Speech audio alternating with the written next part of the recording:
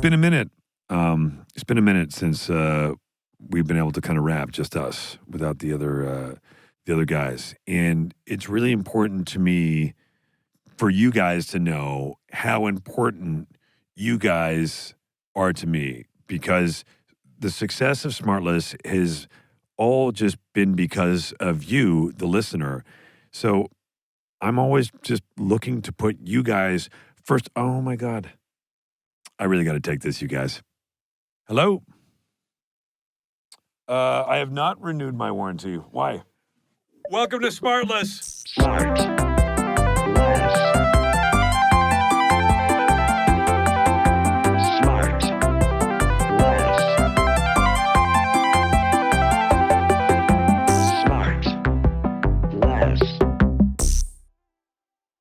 The only time this guy's on first is when it's his guest. Otherwise, you're late, you're chewing. I did a lot of chewing before I just finished. Do you have respect for this guest? I do have respect for this guest, yeah, a lot. On a Really? lot of levels. Yes, on a lot of levels. Well, we'll see. Yes, hi. Sean clearly does not have respect for this guest. Hi, Sean. Hi, Will. How are you? I'm good. Are you having some sugar and milk? I am, actually. What are you having with it? Just a Tea? little bit of drop of tea. Oh. I sent Jason this thing. By the way, you haven't had your father-in-law, Paul Anka, on the show yet. It's embarrassing. Well, I was thinking about that. I was at dinner with him last night, and then I thought maybe one of you guys. I feel like Michael Grant Terry, our incredible producer, is working on that, and that it's a scheduling thing. I feel like we have officially gone out to him. Yeah, we have. Yeah, I feel like it's so good. Watch him wriggle. It's amazing. I feel like we've gone out to him when you had dinner with him last night. I know. You could have just said, hey, I feel like it's a schedule. He was very excited to hear that you're a Canadian. I'm surprised he didn't know that already. But yeah, me neither. I sent you and your wife a nice email about him and about the inspiration for his song Diana, which was a huge hit, which he wrote when he was like 16. 16. Is this the guest today, or? No, it was Paul Anka. Easy, Paul went down to New York and recorded all these tunes, these huge hits. You know, he wrote My Way amongst other great things. And that song, Diana, he was 16 years old. Isn't that crazy? Yeah. And he wrote about this woman who she just recently passed away, and she claimed that it dogged her for her whole life. I'm like, yeah, it's pretty cool to have Paul Anka write a song. It is. You know what I was doing when I was 16 years old? I was going to ask you. Oh, sorry, Sean, do you want to get through this? Yeah, go ahead. Yeah. Go ahead, Sean. I was shoplifting Skittles. No, I did shoplift something when I was. I stole a turkey sandwich when I was in college and got arrested for it. Jesus. But anyway, no way. When I was 16, I was in my room and I listened to Wham, and I listened to like Wham rap, and I memorized all the lyrics. Shocker. I mean, Sean, I'm in my room like acting like I'm in Wham, and I learned all the words. And my mom completely walked in on me and caught me. And then you cover like, oh no, I was just cleaning my room. Like, it was so embarrassing. Huh. And she saw you because she came in on the right side. She had her head turned to the right. The door cracked open, just one eye looked at. And you were doing Wham because you hadn't learned Frankie Goes to Hollywood lyrics yet, or what's going on? You just wanted to go through all the different. George Michael and Andrew Ridgefield. Ridgely. Yeah. Ridgely. It was kind of like. Look how mad Sean get when he said Ridgely. God, I hope that's a surprise guest today. Andrew Ridgely. Guys, have Andrew Ridgely on. Jason wanted me to tell you about my nerve thing, but maybe I'll do that in the next show. You wanted to tell me what? You wanted me to tell Will about my neck procedure. I did? Oh, yeah. I definitely want to hear about that. Let me carve out some time so I can hear about your neck issues. Yeah. Speaking of time, did I say that at the party the other night? No, you said it that 2 weeks ago. Speaking of time, we don't have a ton of time because we've already started I was late, sorry. And Jason was right. I'm very excited about our guest. As you think about an intro and how you introduce somebody, you think about what they've done. And I thought about this for a long time and where you start, because we often have guests on who wear a lot of different hats, but they start somewhere, but then they do other things, and sometimes it's a hobby, but sometimes it's something that they might be good at. Our guest today is someone who has started almost in concert their art, and their art was informed by what they saw in the world around them, and it drove their art to incredible heights. But in that time, there was always this message about what was going on in the world around him. And he, along with his 3 bandmates, created a band together when they were very young that was, again, just always a reflection of what they saw and what they felt in the world. And then they didn't just do that and just let it be part of their art. It's almost like I'm getting nervous. Their activism became part of their art. And I'm starting to sweat. And they didn't just lend their name or write a check and wave and say, I gave. They went and got in the trenches. This person has been around the world, whether it's fighting poverty and fighting hunger.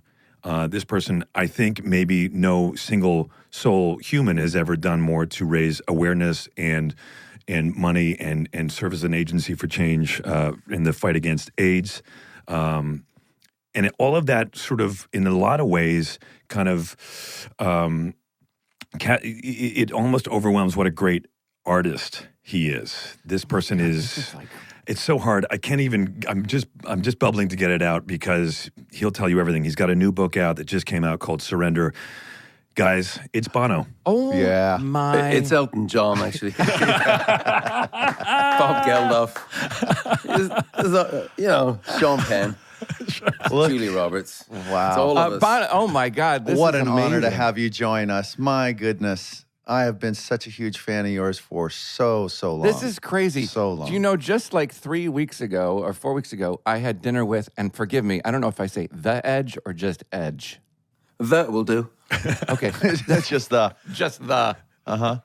And I was picking his brain. I can't believe by the way, it's such an honor to meet you. I'm a huge fan. I mean, Joshua Tree was like a huge part of my life in high school. It was just massive. And anyway, I was talking to about that and at dinner, and he was singing your praises as of course you would expect, but he was explaining how different you both are, and that's what makes part of the whole band work, is that he doesn't like the spotlight. He likes to be in the back. He likes to play. Like, he almost doesn't like to be even seen. And I thought that was fascinating. And he also said, Wow. That... What? Yeah. Sorry, I'm almost done. Yeah, This is one of take your those time. moments I wish Sean was at a loss for words, but he's not. Okay, go ahead. He also said, I said, Joshua Tree was such a huge part of my life in high school. Tell me about how that happened. And he said, during the time of Madonna and Michael Jackson and George Michael and all these kind of amazing people in their own right, you guys came along with this kind of out of left field, this band that was just, the timing was perfect for you guys. And that's also what helped make that album so huge. It was just another the option that wasn't out there. At the end of all that, not even a question mark. No. Well, I think what you're saying, Sean, and by the way, there's an altar for you in Dingle in Southern grandparents Ireland, are just from. so you know. Yeah, there's an altar there. We brought a bit of black and white to these people were very colourful and very vivid. And we arrived in Anton Corbin photography, very, very black and white. In fact, so black and white that our manager, Paul McGuinness, used to say, now don't look like the band too stupid to enjoy being at number one now, will you? But yeah, the decade Taste Forgot was very good to us. And I'm very, very grateful. And Edge is indeed a kind of anti-guitar hero, which is... he's like the most extraordinary person, forget guitar player, genius, probably the most influential guitar player of the last 30 years. The only one who won't tell you is him. And and it's good to get time with him Sean. I always treasure it when I get time with him. And he only lives 100 yards from where I'm sitting right now. In fact, he called me just before I came on. He was singing your praises, as of course. So, Bono, about that sort of opposites, and I'm sure that's an exaggeration, but clearly there are some different lanes that each one of you four occupy in the band / family, and Jason loves lanes. You love lanes. I love a lane. I love a bucket. No, I don't do buckets. Buckets is overdone today, or silos. But talk to us about how you guys manage those dynamics where everyone kind of has their lane, but then there's good overlap sometimes when you guys need to collaborate. Is it something that you guys keep an eye on so that the harmony, literally and figuratively, stays intact?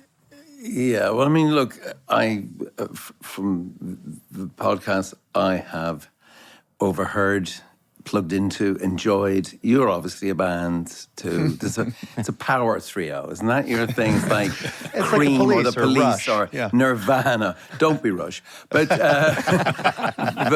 progressive rock is actually one of the only things myself and Edge fall out over. But yeah, being in a band, it's tricky. And the older you get, it gets even trickier because when you grow up together, you're used to taking bits out of each other, and it's because people know where you've come from, they know your memories. I think that's the best definition I heard of really knowing someone is their memories, how they got them. And so they will remind you, the band will remind you of how far away from yourself you've gotten.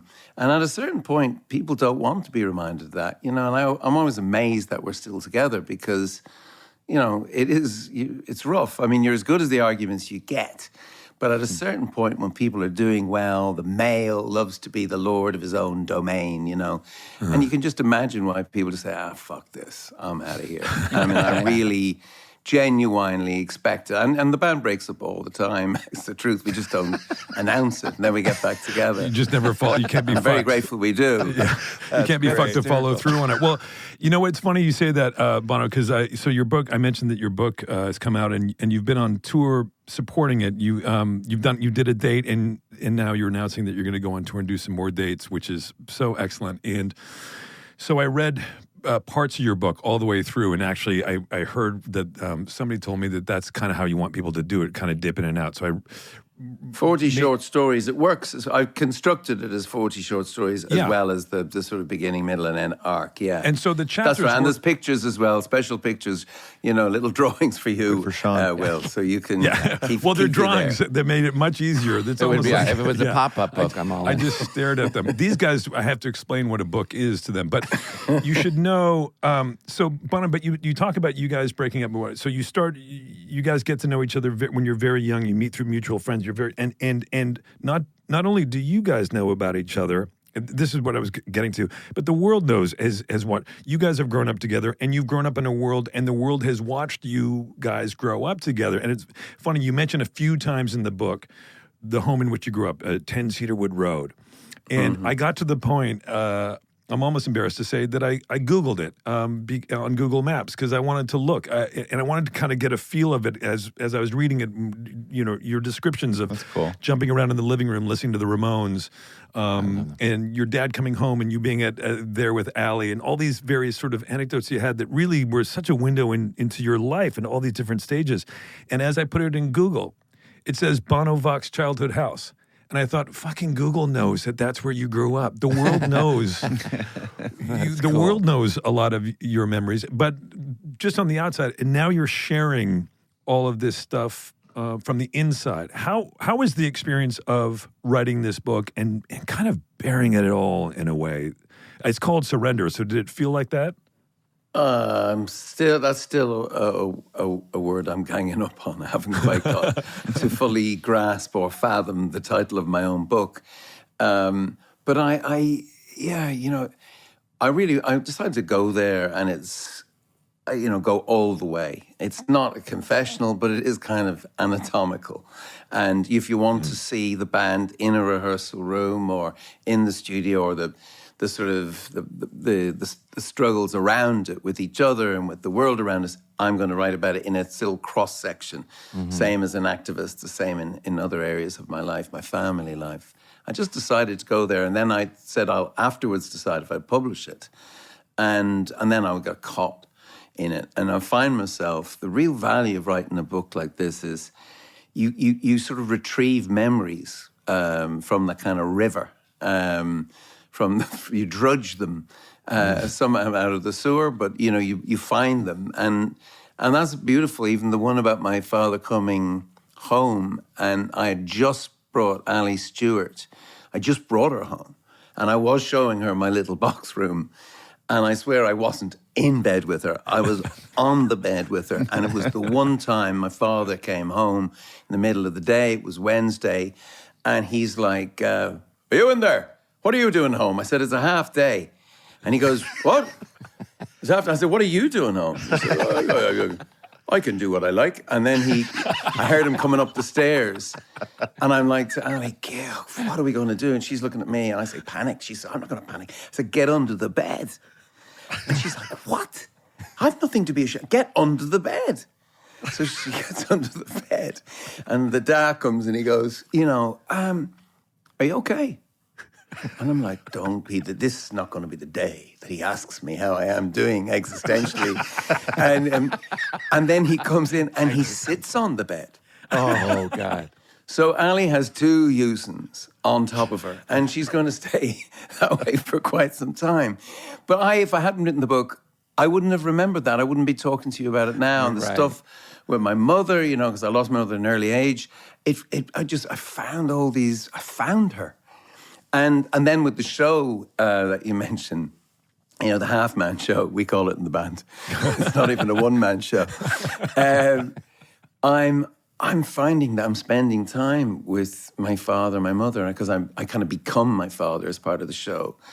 And I'm starting to, I always loved him, but I'm starting to like him, which is mad. As I become him in the show, I take his voice and he made me laugh. He's made me laugh a lot.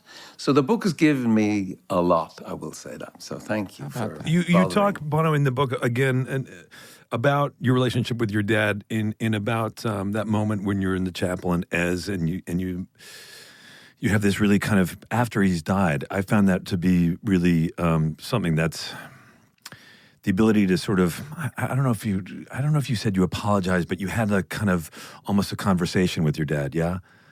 Yeah, it was it was an apology. It was a very combative relationship, not without humor, but combative. And I was born with my fists up. So that's why you understand this word surrender does not come natural to me. And yeah, and I after a while I did realize that maybe I wasn't there for him when he was going through so much. He'd lost my mother. There was 3 Irish males kind of screaming at each other in the house, and one of them was a very precocious and annoying one. That would be me, and I would I was probably torturing him, and I after he passed away, I did have a moment where I went up, and I like going to churches actually better when there's no service on them, and especially in the language I don't understand, because then I get to feel the things without having to parse them, intellectually. And it was an empty chapel, and I apologized to my father, and my theology doesn't allow me the belief that he was listening, but I was listening to myself. And there's a romantic part of me who does believe he was listening. And something did change in me. And I think my voice changed. You walk different. After you confess things, people, they say this coming out of the confession box. That's for Irish Catholics. But, the Jews have your therapists. We have the priests. But people emerge from these sessions different, walk different. They will, so much lighter. And my voice changed a bit around that time, and my father was a tenor. Jason, anything you want to get off your chest right now? Go ahead. Bono's here, and he's ready. Father Bono is here. But talk a little bit more about that process of going through the memories and then writing those down in a literal, accurate sense. In comparison to the way I would imagine you've been doing it for years and years as a songwriter. Talking about yourself, your feelings, your thoughts on things, your perspective on the world, in much more of a metaphorical way, in a poetic way, in a rhyming way. Did you find yourself going through the same themes and issues and getting more from it in that sort of catharsis exercise by writing in literal terms as opposed to metaphor? That's very actorly of you, and I appreciate that question. Catharsis is exactly right word. But it's very different, writing a book, my own book, what I wrote myself. It's different to writing songs. With songs, I tend to find sort of landscapes, emotional landscapes, feelings I want to kind of enter into it. They're very abstract, oblique often. And then I'll find a concrete situation, as you referred to, Will, in your very kind introduction. You know, I will use a real life situation. But songwriting for me is primarily investigation, inquiry into the emotions around an issue. Here with the book, and remember, it's really far-fetched already to write. You know, it's sort of beyond navel-gazing. You know, why would you foist your memoir? I call it a memoir when it should really be a we-moir, because I'm in loads of bands actually. But there it is, I think, okay to share these thoughts because they might be useful to other people. Yeah. And at the very least, they might explain what I've been doing with my life to my family and friends, you know. But it was different. You know, I love that you said you apologized to your father, because my father just apologized to me about leaving early and leaving us with not. He didn't apologize. No. I was Still going to say, waiting for wait, that. what? But Bono, I did one of those ancestry shows where they trace your ancestry. And all of my relatives are from Dingle and County Kerry.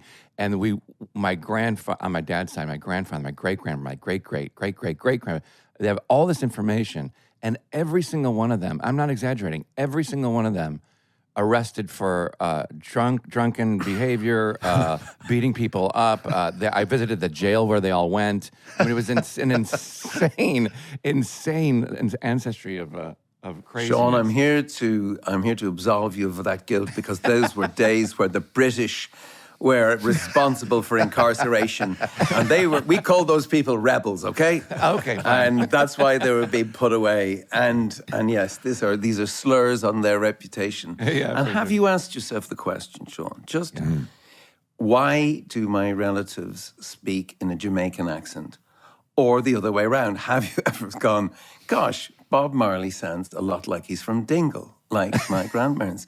1, 2, 3, the whole thing gonna be all right. Right. Oh, yeah. Because that very sing-song can be, I can explain it if you want, but you don't have to. I mean, this is... But wait, Bono, I do want you to That's explain it, because you do very famously, I've watched it a dozen times over the years, your introduction of Bob Marley into the Rock and Roll Hall of Fame. And many times, man. I love it. It's one of the great speeches.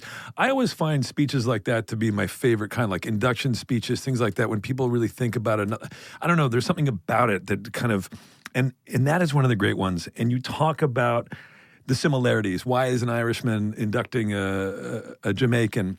And what are the similarities? And you say to the audience, kind of laugh. You say, bear with me. Yeah. Sort of. But then and one of the things you talk about, the British, you're like, miming smoking a joint. Everything all clear now. Yeah, the green, the herb, you mentioned that a bunch of times. And you talk about when the jackboots of colonialism retreat, what it means to not just to get up, but to stay standing up. There's so many great themes in that. That's great. Yeah, I Will, fucking you remember loved that? It kept it in the Bob Marley Museum in Kingston.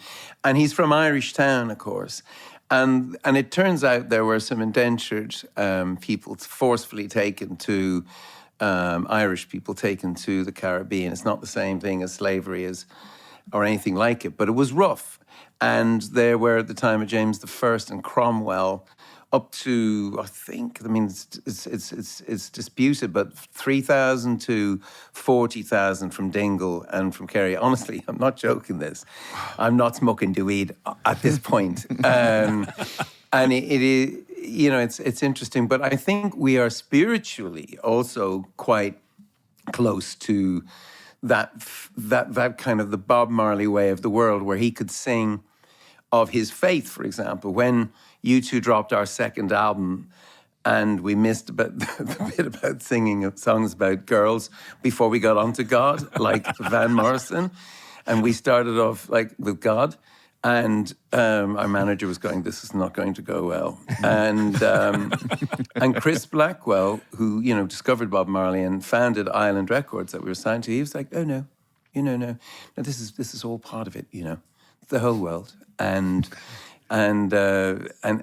sort of Irish people and Jamaicans, I think I like to think at our best. We have this kind of, we work with body, spirit, and soul. Well, that's quite a pretentious thing for your SmartLess podcast, but there you go. I believe it. Our listeners are nothing if not pretentious. And we will be right back. SmartLess is sponsored by BetterHelp. You know when I feel best about myself? When I feel loved. But the only way to feel loved, really, is if you love yourself. So how do you get to love yourself and not feel like, ew, this feels gross. Like, it feels like selfish. It feels like icky. Like, love yourself. That's so dumb and cliche and weird. Well, it's all about, like, self-care. And part of that self-care is self-mental health care. And so I try to really focus on that a lot, because if I can't be my best self and be focused and love myself, then nobody else can, and I can't be there for anybody else. And part of what gets me there is therapy, right? Because when you're at your best, you can do great things. For me, working with a therapist can help you get closer to the best version of you, because when you feel empowered, you're more prepared to take on everything life throws at you. If you're thinking of giving therapy a try, BetterHelp is a great option. It's convenient, flexible, affordable, and entirely online. Just fill out a brief questionnaire to get matched with a licensed therapist and switch therapists anytime for no additional charge. If you want to live a more empowered life, therapy can get you there. Visit BetterHelp.com/SmartLess today to get 10% off your first month. That's BetterHelp, HELP.com/SmartLess.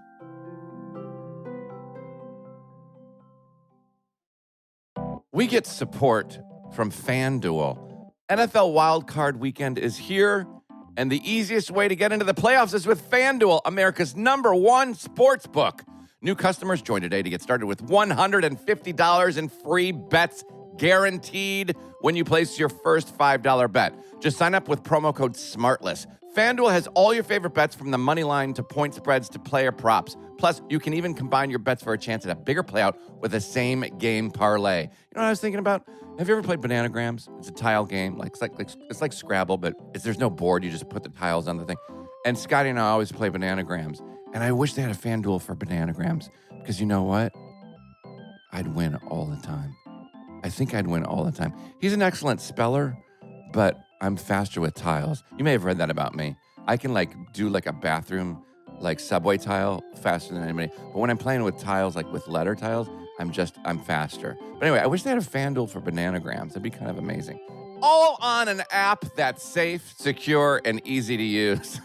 So football fans, don't miss out. Place your first $5 bet to get $150 in free bets, win or lose, with promo code SmartLess. Make every moment more with FanDuel, official sportsbook partner of the NFL. 21 plus exclusions apply. See show notes for full disclaimer. And now back to the show. Bono, I wanted to ask you about, speaking of great concerts, one of the all-time great live records with you guys at Red Rocks, you two. And there's that great beginning of Sunday Bloody Sunday when you start and you say, there's been a lot of talk about this next song, maybe too much talk. This song is not a rebel song. By the way, I'm not reading it. I've got it memorized since it came out. This song is Sunday Bloody Sunday. The number of times I've uttered those words and not known what they meant and didn't know what they meant at the time when you said them, and it was almost impromptu, or it was impromptu. If you could maybe tell us a little bit about that introduction to Sunday Bloody Sunday. Were these old hangovers on us, after a Saturday night? This song is a very powerful song. I think of it strangely as like a Marley song. Always think about it a little bit like that. And while Edge was working on it in Dublin, I was working on it in Jamaica, funnily enough, on my honeymoon, having to try and explain to my missus why our honeymoon album's going to be called War. But yeah, it's a powerful song, but it kind of got us into some trouble, and where people thought we were taking sides in a country which was almost at civil war. On sectarian lines, and there's only we say there's 1.5 Catholics in U2. So you've got Larry Mullen, and I consider myself, because my father was Catholic, half Catholic, but I was raised in the Church of Ireland, and then you have the two Brits in in the band, Adam and Edge. So they came in from the UK. So we were like a social experiment, U2 at the time. and we didn't want to get caught up in this Sunday Blues Sunday, rah, rah, rah. Let's raise some money for the paramilitaries to go and hurt people and worse, extinguish lives with these guns that were bought. And, in all across America, people were tin cupping and looking for money for the freedom fighters. And it wasn't as simple as freedom fighting. And my father was a Catholic, but he was very suspicious of nationalism. And he used to say, he had this great line, he'd quote the playwright Synge, he'd say, "What is Ireland but the land that keeps my feet from getting wet?" And I'd like, that's a great quote. When I was writing a book, I discovered he made it up. Synge never said that. And it's a great quote because it's just saying, just be careful about boundaries. And, countries are just stories you tell yourself.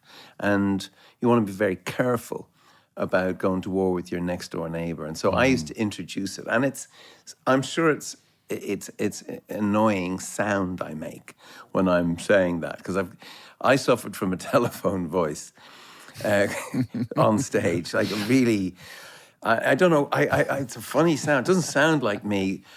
Edge and I went to see a film called Killing Bono. He was going to enjoy it a little more than me.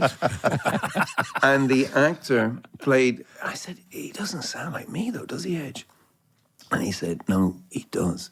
He sounds like the way you speak on stage or on the telly. And he's been doing his research on Google. That's a very good Bono, but it's your telephone voice, Bono. And so when I hear, there's been a lot of talk about this song, right? I'm like, cool, just turn it down a little bit. But that's me in the 80s. Really, and I still feel as strong about it. I'm just... I hate to break it to you, man, but it's iconic. So I'm sorry. I apologize for the rest of the world. Wait, but it's iconic. Sidebar. Are you sitting on the floor? Yeah, he is. Yeah, man. He keeps it real down there. All right, because there's a couch right behind you. Yeah, bubbling, man. We sit on the floor. My favorite thing. We eat our children. Sean, don't start a cue. You've got a TV behind you that you've never turned on. So by the way, that is so true. He puts on the Yule log on that thing. Hey, Bono, talk to us about your music is always so passionate and authentic. It always feels like you're writing and you're singing from the heart.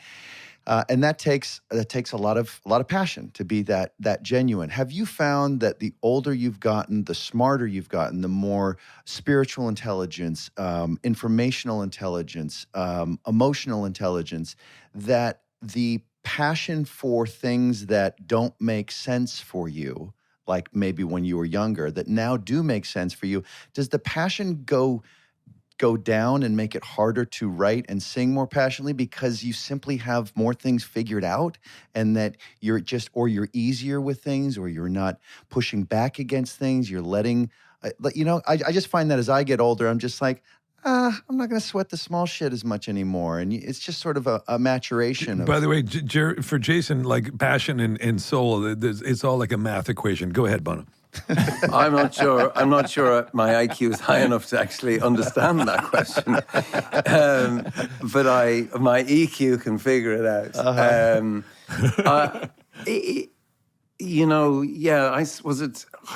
think it was Seinfeld, was it, who said, when he got to 6, he'd no problem, just turning people down. He goes, nah, can't do that. Yeah. It's like, and he said when he gets to 70, he just won't reply. Right. I'm who's the guy in the villain on James Bond? Dr. No. I'm Dr. Yes. And I try to solve problems for people I shouldn't be necessarily. In my activism, I do tend to help God across the road like she's a little old lady. Mm-hmm. Come on, God. I know exactly what to do here. I am actually, and part of the process of writing the book is just trying to be in the moment I'm in more and listening. I'm really there's this Franciscan friar called Richard Rohr, who he's just a genius. He's amazing. And I read him. He's got a place called the Center of Action and Contemplation out there in Albuquerque. The center of action and contemplation. And I like that order. But I might need to reverse it. I might need to do some more contemplating before I act. And I'm getting to that. You can't. How many more blows have you got and to throw? And this sort of pushing your shoulder against the door. I mean, I was used to it, politically, whether it was, people who didn't want to see me or didn't want to meet the activists that I represent, fighting for universal access to AIDS drugs or whatever. I'd be ready to put my shoulder to the door, break it down, But now I'm sort of thinking, maybe there's a key in the lock. Yeah. Maybe just turn it and, stop fighting. I think, Sean, by the way, didn't in college you say that there were a lot of blows in the Center for Action, which is what you guys called behind the soda machine? Yeah. Sorry. Williams? Does your father call you William? Yeah, he does. My mother calls me William. Be quiet. But I do want to, one of the things, Bono, before I read your book, I read parts of your book and read all this stuff about what you've been doing, and I had seen years ago, I don't know if you're aware of it, but Frontline did a 2-part piece, a documentary series on AIDS, the age of AIDS. And I thought at the time, I remember thinking like, oh, we've all read everything about AIDS. I mean, how much more can there be? And it was absolutely illuminating. This is like 2006, I think. And a big part of it was they focused a lot on what you did in terms of not just raising money. And this always struck me, and I've talked about it a lot over the years to various people, anybody who will listen. At a time when, especially this country, needed to really step up and help combat AIDS in Africa, you came over here and you reached across lines and you ended up in a meeting with, I know you first met with Paul O'Neill and then you went over to Africa and did amazing things and illuminated him. He was then Secretary of the Treasury. But then you reached across and you appealed to Jesse Helms, and in effect you said, you're a Christian, I'm a Christian, and I know that you've publicly stated that that AIDS is a result of an immoral or life or whatever it was that he said, and you said, but we have an obligation because this is what God would do, and you spoke to him, and your faith really drove you in that, and you got him to completely change his position. And that led to the biggest ever amount of money, and really just sparked the U.S. getting involved in giving money to AIDS, which continues to this day. Amazing. Yeah, if you're American, you're an AIDS activist. Isn't that amazing? I tell some people that, and they go, I don't want to be one. I say, well, you are. Yeah, that's the awesome. Largest health intervention in the history of medicine to fight a single disease up until this recent pandemic. And incredible. And it was, Bush and conservatives got involved. It started with Nancy Pelosi, actually. Her first speech on the floor of the Congress as she arrived to the Capitol was about AIDS. So many other people worked for this. And some of the better meetings I had were actually with, staffers and policy wonks. And, we used to meet with, on Friday nights, I'd find out which pubs they were going to. And I would, I'd meet the people. I'd meet, that's the way to do it. It's not all principle to principle as it was, Yeah. But then, Jesse had this thing and Jesse Helms, old cold warrior, but he repented on the steps of the Senate for the way he talked about HIV/AIDS. Wow. And he actually, and I used, of course, the scriptures, which I, as a writer, whether it's Bob Dylan, whether it's Nick Cave, whether it's, it's all my Leonard Cohen, my favorite writers, all versed in the scriptures.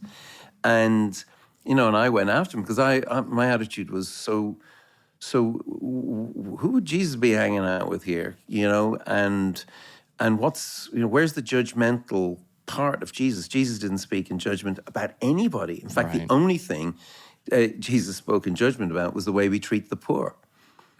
And he was, stopped in his tracks. And I said, that's, Jesus wasn't maybe, people think that Jesus is like focused on your pants What's going on in your pants? You know, what vision of God do we have? Right. And it's like we put ourself or our bad relative in the place of God, and of course God is huge and gigantic love, and it's just so obvious. You don't even have to win the argument. Also known as common sense, God.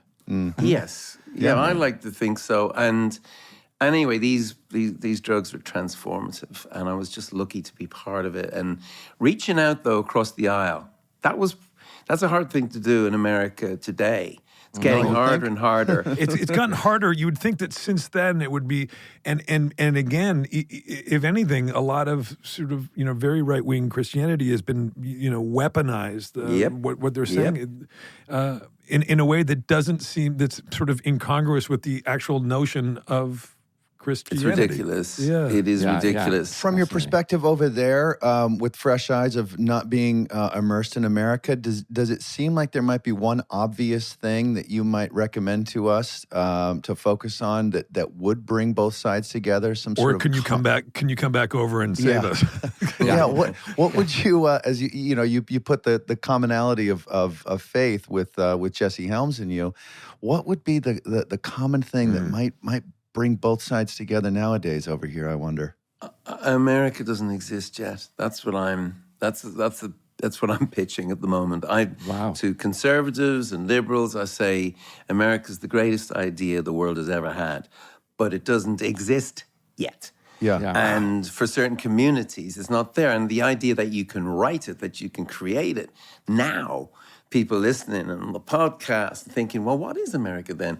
It's on its way, and that's the most encouraging I could be. I agree about that. Is it an embracing of a coexistence? Sorry, Sean. Do you think is the general sort of American idea? I wonder, just from your international perspective, is it just to the extent that you are comfortable to coexist with other?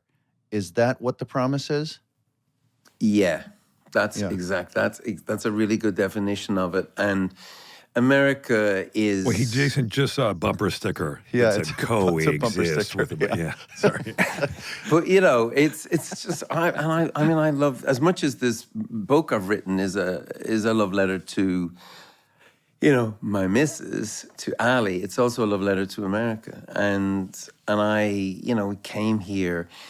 I mean, I went to City Lights. I don't know if you've been to that bookstore in San Francisco. Ferlinghetti, Lawrence Ferlinghetti set it up, and I fell in love with America reading Ginsberg and Kerouac and the plays of Sam Shepard and Patti Smith. I was like, wow.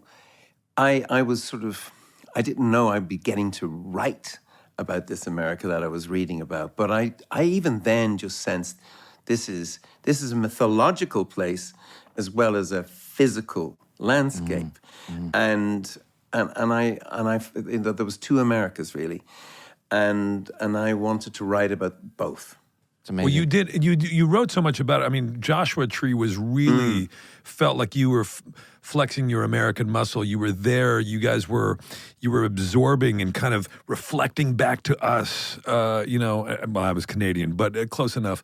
You were sort of reflecting back to us what you were seeing, and you guys were you were out there at Joshua Tree, and you had the hats, and you had the thing, and you were in the streets, and you were doing the concert on the roof. You did all that stuff in this kind of great way, and you. I don't know. There was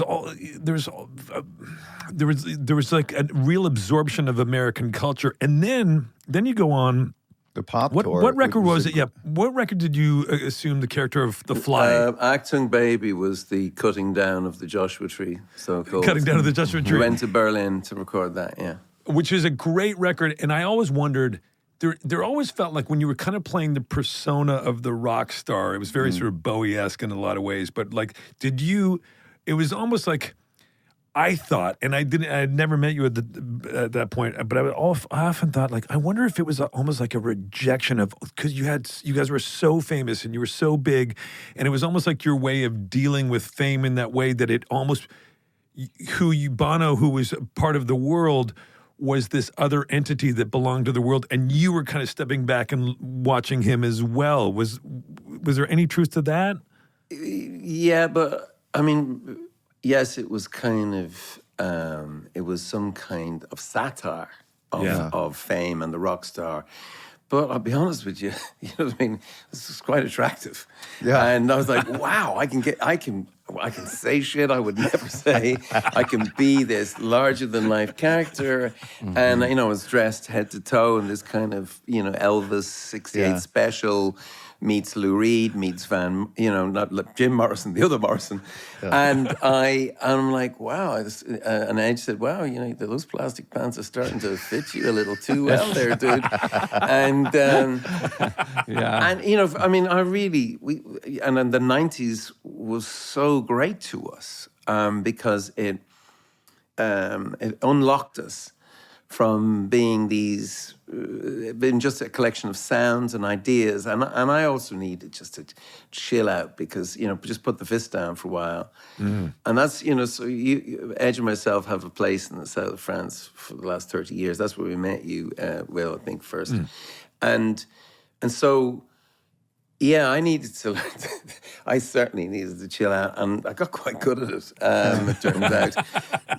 And then I felt, in a way, you know, people say, you know, oh yeah, then you went back to saving the world.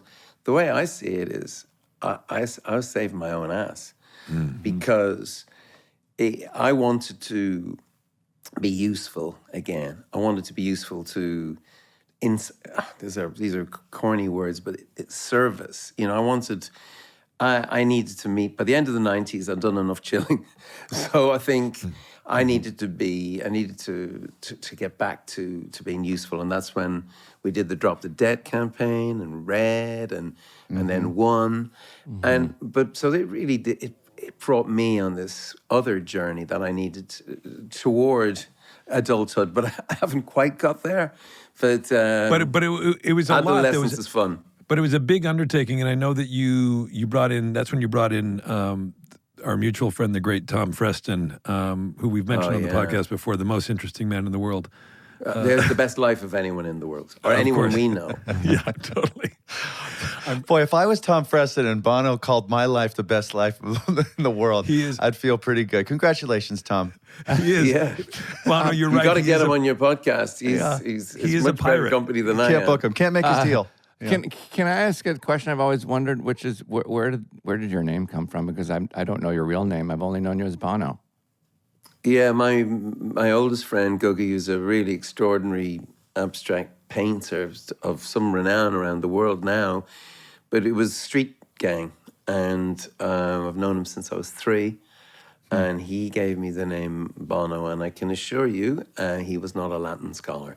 So Bono Vox was the name of a hearing aid factory. It was not. He did not know it meant strong voice. There you go. Wow, that's fascinating. I didn't know that. I didn't know. Well, if you wanted to be of service in the 90s, you've got to see the clear need for that service 30 years later. Are you going to take a walk through our country again soon and give us some helpful talks and guidance and perspective? I don't think. I mean, I'm amazed that I've got away with it, to be honest with you. This far, Irish rock star, you know, quoting the Declaration of Independence like it's the liner notes to his favorite album, following America into the bathroom. Hey, it says this here. Why are you doing that? And I'm like an annoying fan of America. And you know, I'm thrilled that you let me into your life, given me incredible life. But there's a lot to learn in this landscape for me, and I've not much to teach other than one simple thing, which is goes back to this Franciscan friar. He says, listen, deep listening. That's what America needs to do. And not listening to the people that we don't agree with. Maybe even listening to people we don't like. And people who annoy us. Yeah. And if you can do that in your band, then the rest will be easy. I really, truly, I listen to people who annoy us. Sean, go ahead, say something. Yeah. I truly do listen to as many news networks as I can to get all perspectives, even if I don't agree with them, to your point. But also, speaking of listening, The Edge told me that you guys are going to go on tour in Vegas, and he showed me the renderings of this new theater or something. It's going to be unbelievable. I mean, it's a brand new venue, right? That they're building just for you, or are you the person? You are a news network now, because that's breaking news, and we can't talk about it. We haven't signed off on it, but if we do, if we do sign off on this, I will say that if we can pull off what we're talking about, it's not like anything we've ever done before. It's not like anything Las Vegas has ever seen know. Before. Have you seen some of the plans? Yes, he showed me all the. It's incredible. Wait, if this happens, it will be really extraordinary. It'll change. And again, I don't want to. I shouldn't be. Whatever it is, it sounds very exciting. Blame it on Edge. Just say he showed. It's not me. Yeah. No. I mean, he just showed me from my eyes only. Yeah, but it's incredible. It's great. No, there's a lot. I'm interested in Las Vegas, and for all kinds of reasons. And you kind of always have been, right? Yeah, like I used to say, even going back to The Fly, and we used to say, call it Las Vegas trash and Berlinish decadence. And I'm interested in the concept of faith versus look. I'm interested in, there's a great architectural manual called Learning from Las Vegas about how don't knock it or laugh at it. This sort of fabulous architecture is not overtly male. It's playful. And these cities that we live in are very male and big, straight lines. We've lost curves. And this, Las Vegas in some ways looks like it's been designed by children. And I think that might be a good thing sometimes. Yeah, that's a good point. Another sidebar, I'm obsessed with your daughter in one of my favorite shows in the world called Bad Sisters. She's good. She's incredible. Really and the good. Show is amazing. And you must feel so proud of her. I mean, you can't stop talking about the show. It's one of the greatest she's shows got a lot of, she's very, very funny. And she is a comedian, and she can do what he wants, but she was playing these very sort of serious, auteur chosen sort of muse parts. And then when she got this, she got to be more like herself, a killer. Exactly. And she's got a lot of discipline too. So. You strike me as somebody who would make a very, very good actor. And I feel like I may have seen you act in something. Don't maybe insult once the or guy. twice, I mean, what are you doing? No. But look, it's beneath him. Sting is fantastic at it. Bowie was fantastic at it. Do you have a yearning for that at all? Because I'd love to see it. I bet it would be fantastic. Not really. I played myself in a film once. It was really hard, and I don't know. When I was younger, yes. Now I don't know, and I'm starting to realize that the camera loves people who don't necessarily love the camera. I've spotted that, and I'd be more of a theater actor, and I love being in the theater, and because that's where I get to break down the fourth wall. I want to be in a theater where the actor just feels like he can walk off the stage, just get into my life, get into my mind, follow me home, mug me on the way home, you make out, whatever, that's the kind of thing I like, and it's harder to get off. It's harder to get off the silver screen, isn't it? And I think I look even more preposterous. When you two went on Top of the Pops, our very first televised appearance on this legendary UK showed the week's charts for music. We went on, and our song went down the charts immediately because we looked so preposterous. And I looked like if somebody's given me an electric shock. And I'm doing the sort of mad movements you do in a mirror. Yeah. And I think I'm seeing myself in a monitor or something, and so I look cross-eyed as well. And I don't think we've got an amazing audience in the UK, but you know, I think there's some people I meet in pub and go, yeah, you were crap then. I saw you on top of the pops. You were crap. And I'm like, how old were you? I saw you on top of the pops, mate. You were crap. I'm like, Crap. That was our second album. It was a song called Fire. Is that right? Yeah, it was crap. And I go, you know, we got better. I'm just saying, we got better. Yeah, right. Yeah, I just saw that once. That's so. By the way, that's so Irish and so Canadian too. I have so many people I knew who I grew up with, and I go back and they go, "Saw that thing you did last year? Wasn't very good, was it?" And I'm like, "Oh, thanks, man. Thanks for." I thought Canadians were much more polite. No, they're not. No. They're really passive aggressive. To fellow Canadians, they show the real devil behind the curtain. I mean, we're not like Scandinavia. If you've been to Sweden a million times, I'm sure, and you go to Scandinavia, they go, "Oh, look at you. You look quite fat." And you're like, "Man, what are you? Nice to see you too. I'm just saying it. You're much fatter than last time I saw you." No, I got it. One more thing before I do want to mention, I know you mentioned your daughter, your son also. What's that experience been like? Your son Elijah, he's got the band Inhaler who are doing really well. Especially across Europe and the UK. They viewed it #1, I think, didn't they? Yeah, their album went in at #1. That's great. Which means they must have sold, 1,000 copies the way the things are going now. Aren't you so happy to have him off the payroll, just at least? I think I'm going to be on his payroll. It's very annoying. It's it's too easy for him. First of all, he looks like Elvis. And he's like, oh. He's in a high school band. They're ridiculously talented. And I'm saying, the early gigs, I would say, there's some U2 fans turning up. And he goes, "Oh, we don't mind the hairy ones." And then the other guy in the band goes, "They're not even hairy now, they're bald." and I go, "Is this a problem for you?" He says, "Dad, they buy the merch." And now, of course, they're selling out everywhere, and and they're very sophisticated band, and he's effortless in so many ways. I didn't know he had those pipes. I knew he could play guitar. Mm-hmm. He's got a great voice, and there are so many moments. Of course, he's your son, where he sounds like you. I wonder, like, what is Allie? So your wife Allie, who's just amazing, and you dedicate your book to her, and I've had the good fortune of meeting her a number of times. And what is it like for her?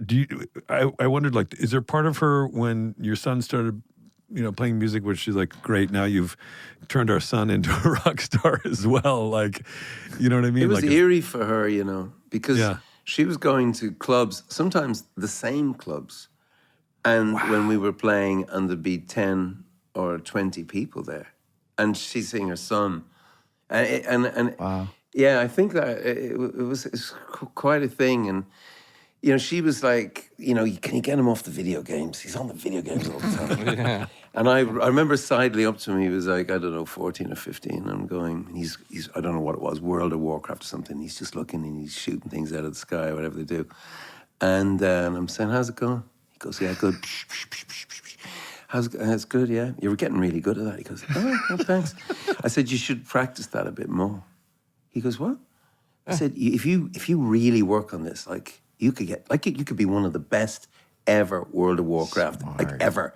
And he goes, yeah. I said, "Yeah, when you're like 21, you're really going to make a big impact on women with that." And he stopped. And he just looked at me. He goes, "Oh, yeah, right." And I said, "No, but you're an amazing guitar player. Just don't forget that. That's the only advice I gave him." Right. And, God, that's and he's good. never even thought about any other advice I've tried to give him. That's so good. But I'll bet you actually gave some very, very good, also crafty parental guidance there, you and your wife, with him and your daughter, when they thought about doing something that might be kind of public facing. Growing up as, your children, I'm sure there was a moment at least where they were reluctant to, see if they could measure up. And I'll bet you and your wife gave some real good daddy, mommy stuff to encourage them. Irish people were good to them. And because they were probably bored with their father, they really didn't bother.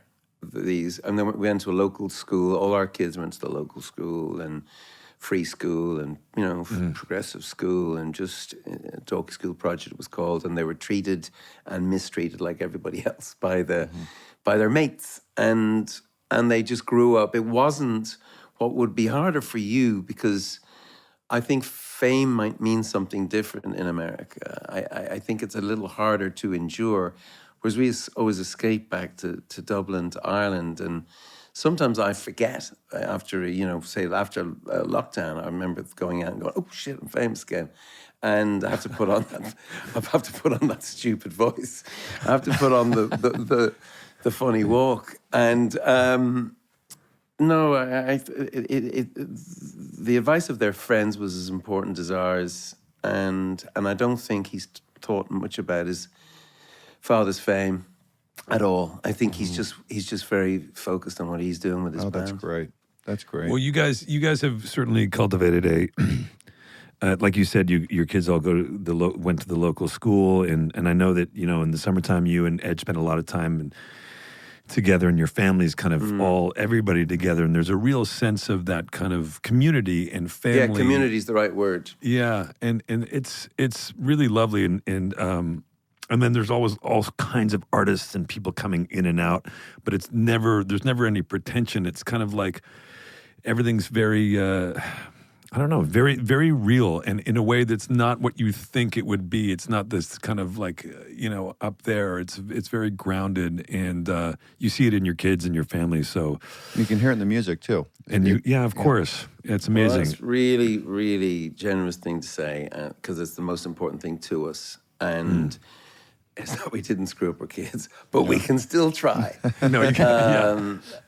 But thank you. Please keep it going. And your band is a great band, and you started in lockdown for the right reasons, and we love to listen to you. And there's been some great ones. Will, you talking about breaking back into your old house when you have seller's remorse on the David Remnick episode? That had me laughing into my cornflakes. I really did choke on my cornflakes. And that's all of you have kept us sane in insane times. So thank you. Very nice of you. Thanks to the Thank three of you.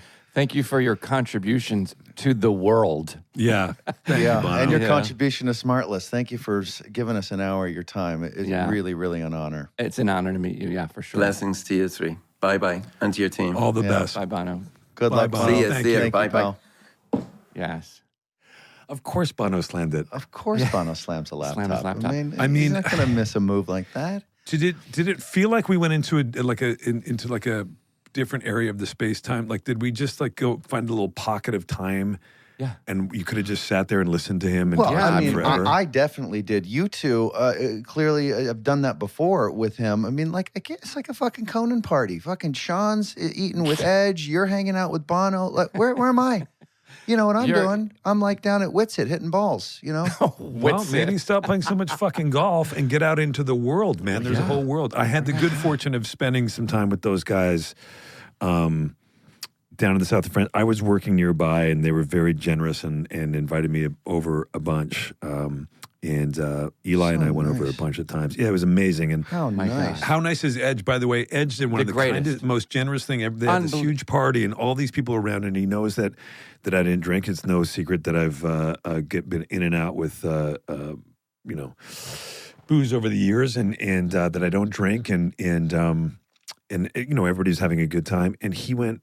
I said, that somebody offered me a drink. I said, no, I don't. And he came back. He went into the kitchen himself and comes back out with a tray with 4 ice cold bottles of San Pellegrino sparkling water and a glass and stuff. He says, "Here, I got this for you," and blah blah. And if you need And a whiskey chaser. And some Coke. Coke is still on the table for you, right? Yeah. And a little bit of weed. Oh, what we call fat rails. Fat rails. Fat rails. Yeah. Good for you. Fat rails. Yeah. And a bag of shrooms. And he just.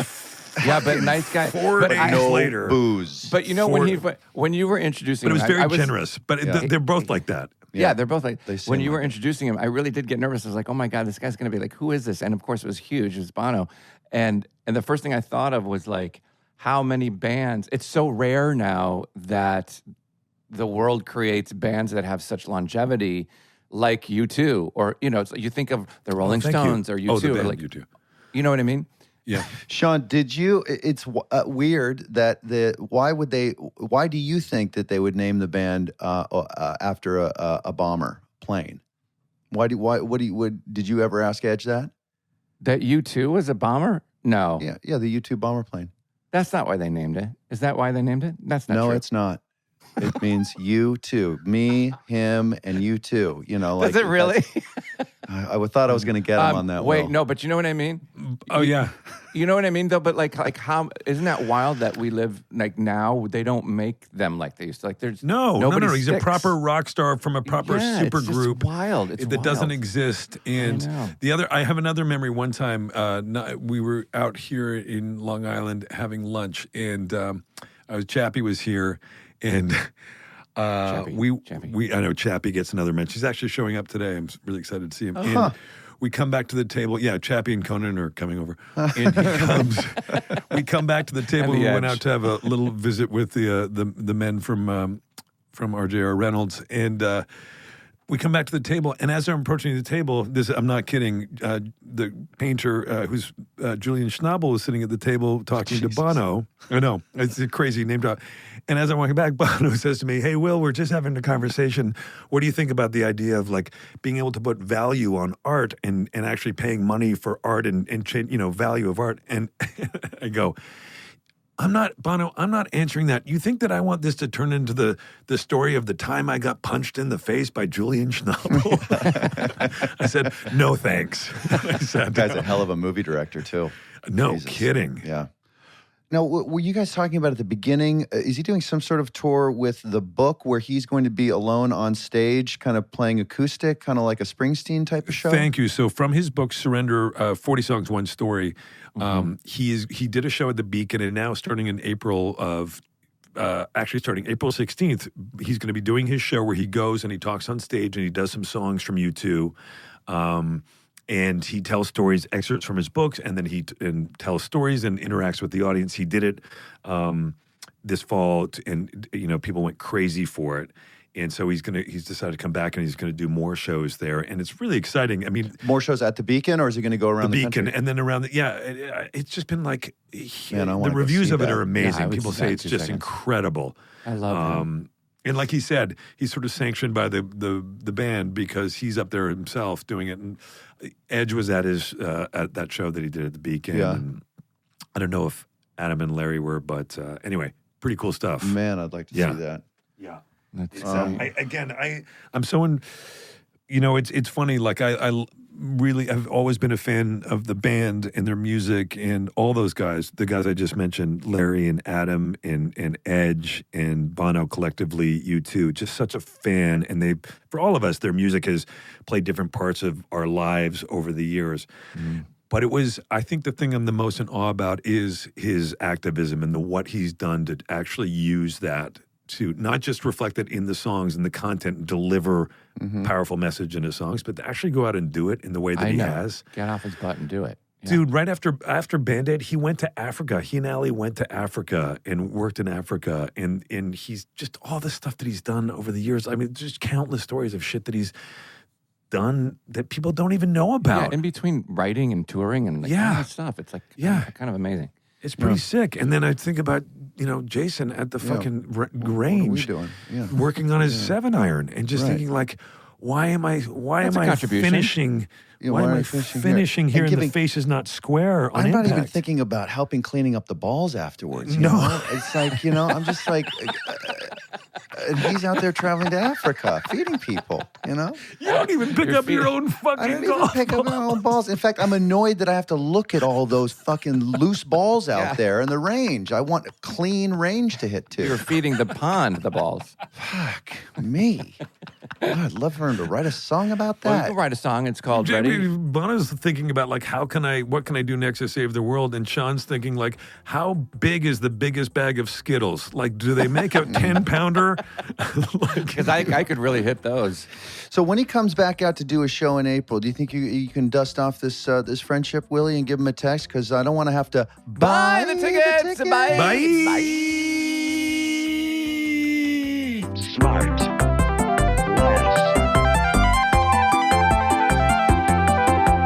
SmartLess.